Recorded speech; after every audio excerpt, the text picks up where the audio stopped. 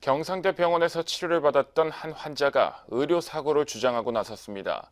특히 법정 다툼에서 중요한 단서가 되는 진료 기록이 조작됐다고 강조하고 있는데요. 병원 측에선 진료 기록을 조작할 이유가 전혀 없다며 반박하고 있습니다. 김현우 기자의 보도입니다. 지난 2009년 11월 아파트 계단에서 넘어져 경상대학교 병원에서 수술을 받은 김종렬 씨. 하지만 퇴원 후에도 고통이 계속되는 등 병세는 좀처럼 호전되지 않았습니다. 특히 배뇨장애까지 생기면서 정상적인 생활이 어려워진 상황. 김 씨는 경상대병원의 의료가실을 주장하며 소송에 들어갔습니다.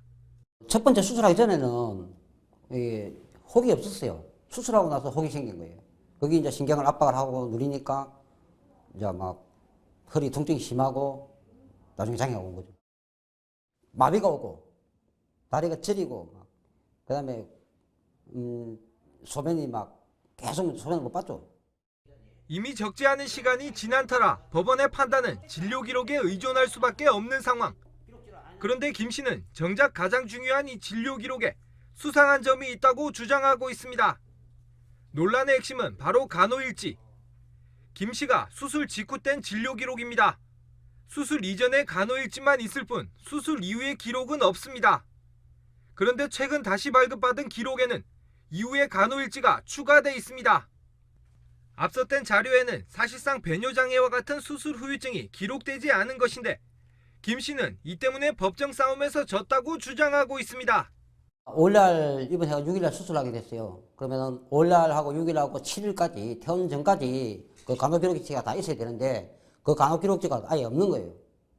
그리고 부분적으로 돼 있고 어떤 거는 돼 있고 어떤 건 안 돼 있고. 그럼 말이 앞뒤가 안 맞지 않습니까? 반면 경상대병원은 조작 의혹을 강하게 부정하고 있습니다. 진료기록 증명서를 발급하는데 용도에 따라 내용이 추가되거나 빠질 수 있다는 것. 또 간호일지 내용은 전혀 바뀌지 않았고 당시에 일부러 간호일지를 뺄 이유가 전혀 없었다고 해명했습니다. 환자가 입원하고 있을 때 또 출력할 때 하고 또 퇴원을 해갖고 외래 다닐 때 또 거기서 또 요구하는 그 부분이 좀은 그 담당자 부분에 따라서 좀 틀리게 놓을 수, 원래 정확하게 놓아야 되는데 거기 어느 부분을 체크하느냐에 따라서 좀 틀리게 될 수가 있습니다.